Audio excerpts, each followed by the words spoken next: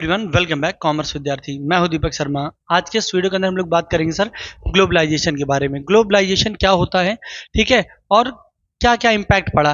Globalisation की requirement हमको 1991 के रिफॉर्म में पड़ी, जहां पर हमने चीज़ों को ग्लोबलाइज किया। ठीक है, एक एलिमेंट लेके आया सर ग्लोबलाइजेशन। पहला था लिबराइजेशन, दूसरा था प्राइवेटाइजेशन और तीसरा काम इन्होंने स्टार्ट किया लिबराइजेशन के अंदर। ठीक है, तो ग्लोबलाइजेशन क्या होता है, बेसिक टर्म में बोला गया है तो सारे दरवाजे खोल दिए गए। सारे दरवाजे खोल दिए गए इन द सेंस कि जहां पर हम किसी भी कंट्री के साथ ट्रेड कर सकते थे, किसी भी कंट्री के साथ सामान इंपोर्ट या एक्सपोर्ट दोनों ही कर सकते थे, जहां पर सामान को आयात और निर्यात दोनों बैलेंस वे पे हो सके। ठीक है, वो हमारा क्या हुआ सर, ग्लोबलाइजेशन कहलाया है। हम पहले ग्लोबलाइज नहीं थे। पहले हमारी सोच क्या थी कि हमारे जो डोमेस्टिक प्रोड्यूसर है उनको ग्रोथ नहीं हो पाएंगे, इसलिए हम चीज़ों को ग्लोबलाइज करने पे ज़्यादा भरोसा नहीं रख रहे थे। टैरिफ ज़्यादा लग रहा था, कोटा सिस्टम पे ही हम काम कर रहे थे, जिसकी वजह से ग्लोबलाइजेशन ग्रो नहीं हो रहा था। लेकिन 1991 में रिफॉर्म में हमने ग्लोबलाइजेशन को थोड़ा सिस्टमेटिक ऑर्डर में लाया और ग्लोबलाइजेशन के ऊपर थोड़ा सा ध्यान दिया। सर क्या होता है, बात करें globalization, the integration of domestic economy with the world economy is known as globalization. जहां पर डोमेस्टिक इकोनॉमी और दुनिया भर की इकोनॉमी के साथ हम इंटीग्रेट मिलकर साथ में काम करते हैं, वो हमारा क्या कहलाता है सर, ग्लोबलाइजेशन कहलाता है। दुनिया भर की इकोनॉमी मतलब दुनिया भर की कंट्रीज और खुद डोमेस्टिक कंट्रीज को मिलाकर एक साथ लेके काम करते हैं, जहां पर हम क्या करते हैं, सामान को इम्पोर्ट एक्सपोर्ट करते हैं।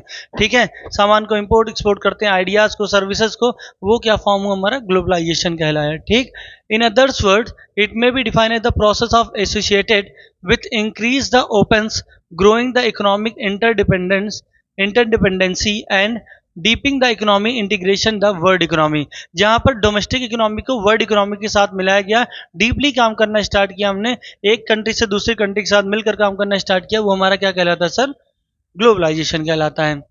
पॉलिसीज एंड प्रोग्राम क्या क्या चला गया, सबसे पहली पॉलिसी रखी गई, increase in the limit of equity in foreign investment.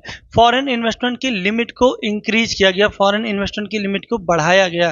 पहले जो हमारी फॉरेन इन्वेस्टमेंट की लिमिट थी वो 40% थी, मतलब कोई फॉरेन कंपनी अगर भारत में अपनी कोई भी यूनिट लगाना चाहती है, सिर्फ 40% तक ही उसके पास शेयर या स्टेक होल्डर हो सकता था। ठीक है, लेकिन उसको उन्होंने ग्लोबलाइजेशन के दौरान अप टू 51% किया, एक 51% तक कर दिया, जिसकी वजह से और सारी कंट्रियों को एक अपॉर्चुनिटी नजर आई कि भारत में पैसा इन्वेस्ट करने की कंडीशन है, भारत में पैसा हम इन्वेस्ट कर सकते हैं। तो इन्होंने क्या किया सर, ग्लोबलाइजेशन के ऊपर काम करना चालू किया, और इस फॉर्मेट में इन्होंने क्या किया सर, इक्विटी शेयर होल्डर्स को थोड़ा सा फॉरेन इन्वेस्टमेंट को बढ़ाने के ऊपर ध्यान दिया। ठीक है, जहां पर पहले हम 40% करते थे, अब वो हमारा अप टू 41% तक हो गया। ठीक, the equity limit was 40% was now upgraded to the 51% in even higher. जो 40% था उसको 51% तक में कन्वर्ट किया गया। ठीक, दूसरा काम क्या किया गया, दूसरा काम किया रिडक्शन इन टैरिफ। टैरिफ मतलब टैक्सेस में थोड़ी सी छूट दी गई। ठीक है, फ्री कर दिया, इकोनॉमी को फ्री कर दिया गया, किसी तरीके के टैक्स नहीं लग रहे हैं। चाहे आप सामान को इंपोर्ट करिए, इंपोर्ट करने पे जो टैक्सेस लगते थे उन पे भी कोई भी टैक्स नहीं लगेगा। ठीक है, तो यहाँ पर लिखा the amount of impose on import goods also reduce up to the maximum possible limit. जितना ज़्यादा पॉसिबल हो सका इम्पोर्ट के ऊपर सारे के सारे क्या हुआ, टैक्सेस को हटा दिए गए। ठीक, so that international competition and technological upgradation can be enjoy, जिसकी वजह से हम इंटरनेशनल और टेक्नोलॉजिकल चीज़ों को हम इंजॉय कर सके और अपग्रेड करने में थोड़ी सी हमको मदद मिली, हम अपने टैरिफ सिस्टम को ठीक करके इस चीज़ को पॉसिबल कर पाए।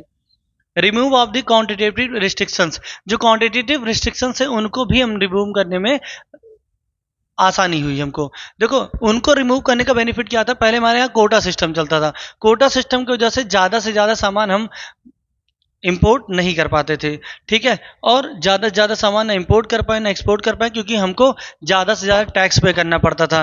तो क्वांटिटेटिव रिस्ट्रिक्शन, जो पहले हमारे पास सिर्फ 10% आइटम आते थे, उन्होंने उस रिस्ट्रिक्शन को हटाया, रिमूव किया। 40% कमोडिटी जब इंपोर्ट होने लगी तो उसकी वजह से जो हमारे यूजफुल कमोडिटीज़ थी उनकी भी क्वान्टिटी क्या हुई, बढ़ गई। लिखा हुआ है the quota system was abolished by the government of India promote the trade. उन्होंने क्या किया, कोटा सिस्टम को हटाया और इंडियन गवर्नमेंट ने क्या किया, प्रमोट किया ट्रेड को up to the maximum limit, जितना ज़्यादा हो सकता था। India being the member of country world trade, और इंडिया को as a world trade world trade organization के अंदर जोड़ा, उसका मेंबर बनाया इंडिया को, ठीक है, जिसको हम बोलते हैं वर्ल्ड ट्रेड ऑर्गेनाइजेशन। 2001 में 2001 में क्या हुआ, वर्ल्ड ट्रेड ऑर्गेनाइजेशन के अंदर हम जुड़े। Totally remove the quantitative restriction in foreign trade, foreign से कोई भी सामान इंपोर्ट एक्सपोर्ट करने की जितने भी रिस्ट्रिक्शन थी उन सारी रिस्ट्रिक्शंस को प्रॉपरली हटा दिया गया। ठीक। Partial partial convertibility in rupees, partial convertibility in rupees, देखो हमारे यहाँ क्या हुआ, जब बहुत सिंपल सी बात है, हमारे यहाँ क्या हुआ सर, डिमांड बढ़ाई गई। किसकी डिमांड बढ़ाई गई सर, हमारे यहाँ जब इन्वेस्टमेंट बढ़ने लगा, इन्वेस्टमेंट बढ़ने लगा तो हमारे पास फॉरेन एक्सचेंज क्या हुई सर, बढ़ने लगा। फॉरेन एक्सचेंज बढ़ने लगा तो हमारी जो रुपीज़ की वैल्यू थी वो क्या हुई, बढ़ने लगी। और जैसे रुपीज़ की वैल्यू बढ़ेगी उस कंडीशन में इकोनॉमी क्या होगा सर, ग्रो करने लगेगा। तो इसीलिए partial convertibility of rupees, it refer the system where in the currency is allowed determine the own exchange rate in the international market on the basis of demand and supply. Demand और supply की base पे क्या हुआ sir, foreign exchange जो भी हमारे पास foreign currencies आती थी उनको हम रुपीज में कन्वर्ट कर रहे थे और डिमांड और सप्लाई के अकॉर्डिंग उनको हम चला रहे थे without any direct official intervention, मतलब किसी तरीके का इंट्रैक्शन, मतलब किसी तरीके की प्रॉब्लम नहीं थी, रोक टोक नहीं थी। ठीक।